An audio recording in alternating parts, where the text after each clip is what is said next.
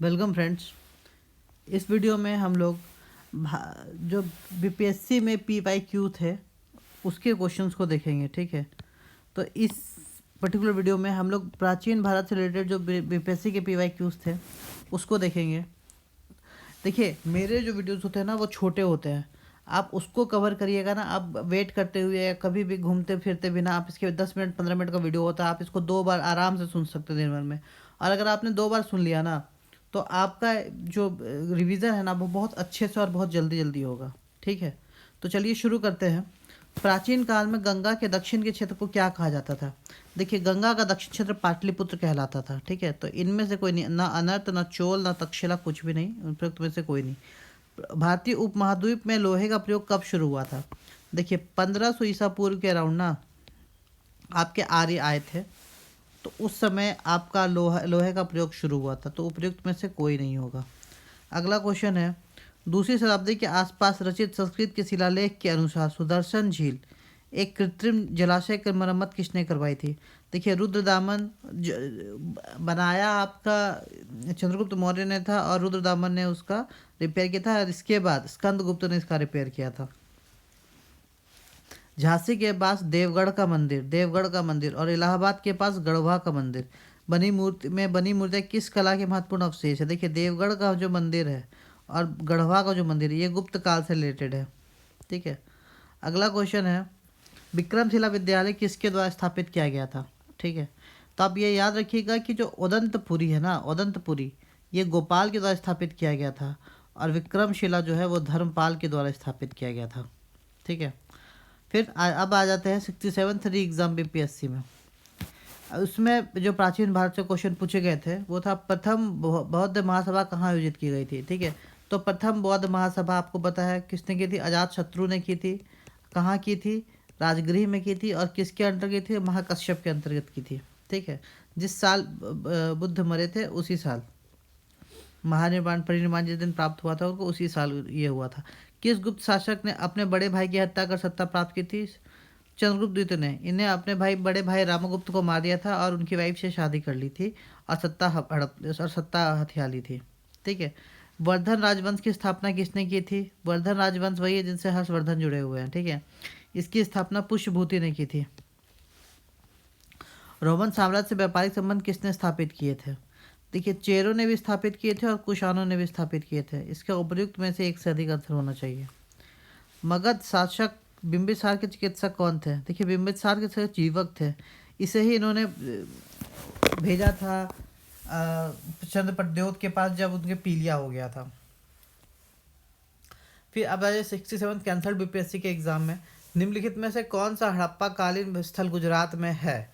लोथल। लोथल गुजरात में है। चोल वंश का संस्थापक कौन था? विजयालय थे। प्रथम बौद्ध संगीति के अध्यक्ष कौन थे? देखिए, प्रथम बौद्ध संगीति के स्थापक आपको बताया महाकश्यप थे। फिर अगला क्वेश्चन है, किराता अर्जुनियम पुस्तक किसने लिखी थी? देखिए, किराता अर्जुनियम में अर्जुन और किरात कौन थे? भगवान शिव जी का रूप था। इन दोनों के बीच बीच का स्टोरी है ये किराता अर्जुनियम। इसको लिखा था भारवी ने। ठीक है, ये महाभारत का पार्ट है। अब आ जाए 66 बीपीएससी में, निम्न में से किस हड़प्पा नगर में जूते हुए खेतों के निशान मिले हैं? ये मिले हैं कालीबंगन में। ठीक है, देखिए, जूते हुए खेत क्या है? बागान जैसे है बंगन। तो आप ऐसे याद रख सकते हैं शॉर्टकट तरीके के हिसाब से। तीन रत्न जैसे सटीक ज्ञान, सटीक सच्ची आस्था और सटीक क्रिया, निम्न से किससे संबंधित है? ये जैन धर्म से संबंधित है। फिर अगला क्वेश्चन है, इनमें से किस शासक ने चतुर्थ बौद्ध संगीत कश्मीर में आयोजित की थी? चतुर्थ बौद्ध संगीत किसने आयोजित की थी कश्मीर में, जिसको कुंडलवन भी कहते हैं? ये कनिष्क ने किया था। ठीक है, इसमें अश्वघोष जो थे वो उपाध्यक्ष और वसुमित्र जो थे वो अध्यक्ष बने थे पहली शताब्दी में। अगला क्वेश्चन है, निम्नलिखित में से किस भारतीय दर्शन ने परमाणु सिद्धांत का प्रतिपादन किया था? देखिए, परमाणु सिद्धांत भारतीय दर्शन में दिया था कनाड ने, और कनाड रिलेटेड थे वैशेषिक दर्शन से। अब आ जाते हैं 66 री एग्जाम इन बीपीएससी में के क्वेश्चन के प्राचीन भारतीय क्वेश्चन। प्रथम मानव जीवाश्म भारत के किस नदी घाटी के किनारे हुआ था? देखिए, विंध्याचल के पास ना प्रथम मानव जीवन शुरू हुआ था भारत में, तो इसका आंसर है नर्मदा घाटी। फिर भारत में पहले साम्राज्य की स्थापना किस शासक के द्वारा की गई थी? अशोक जो है वो चंद्रगुप्त मौर्य के बाद आए थे, तो ये गलत हो गया। चंद्रगुप्त द्वितीय विक्रमादित्य तो और बाद में आए थे, ये भी गलत है। कनिष्क भी बाद में आए थे, तो इसका आंसर होगा चंद्रगुप्त मौर्य।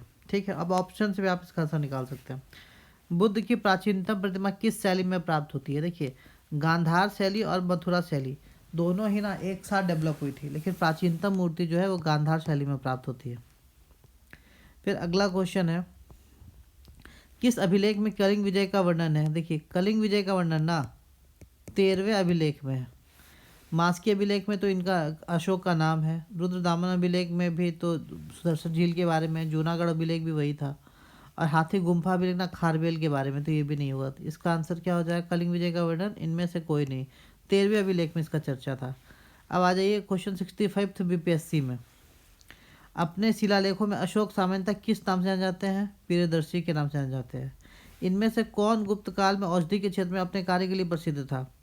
देखिए, सुश्रुत जो थे वो 6ठी शताब्दी ईसा पूर्व के थे। सौमिल्य भी नहीं थे, शौनक भी नहीं थे, और शुद्रक तो नाटककार थे।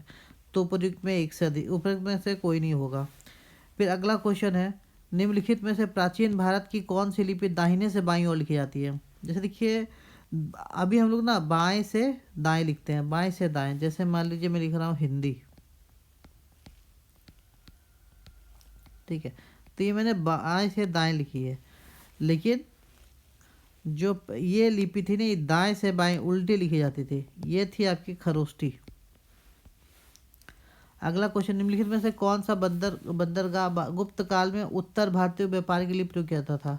देखिए, जो ताम्रलिप्ति था ना, ये बंगाल में था।